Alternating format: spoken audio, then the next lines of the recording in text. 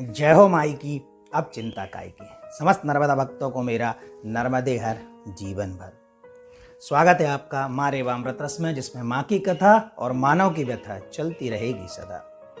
मैंने आपको अपने पिछले वीडियो में बताया था कि जो व्यक्ति नित्य प्रति माँ नर्मदा का आचमन करते हैं उनको सर्पदंश का कोई असर नहीं होता। इसका कारण क्या है?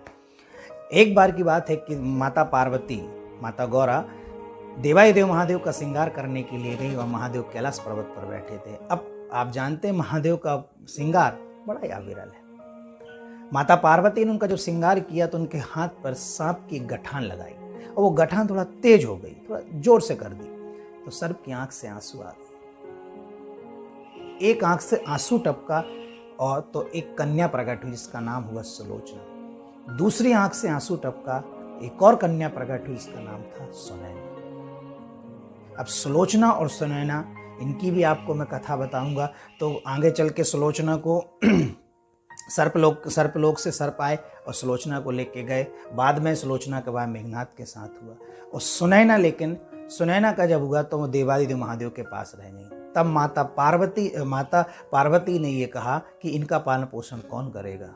तब माँ नर्मदा प्रकट हुई, उन्होंने कहा कि सुनैना का पालन पोषण मैं ही करूँगी, सुनैना का पालन पोषण मैं ही करूँगी।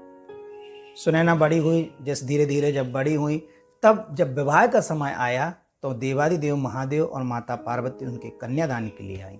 और उस कन्यादान के लिए जब आई, जब विवाह हुआ सुनैना का विवाह मिथिला के नरेश महादेव के भक्त थे जो राजा जनक के साथ हुआ था, जिनकी पुत्री माता सीता कहलाई। जब सुनैना का विवाह हुआ तब माँ नर्मदा ने सारे जितने भी मेहमान आए थे सभी मेहमानों के लिए स्वर्ण के महल बनाए थे, सभी के लिए 56 प्रकार के भोजन बनाए गए थे, सारी सुख सुविधाएं, सारी व्यवस्थाएं माँ नर्मदा ने स्वयं की थी। इसीलिए ऐसा भी कहा जाता है, रेवाखंड में लिखा है कि जब विवाह होता है तो विवाह के पहले जो शादी का कार्ड होता है, शादी का कार्ड प्रथम कार्ड माँ नर्मदा के चरणों में अर्पित करना चाहिए।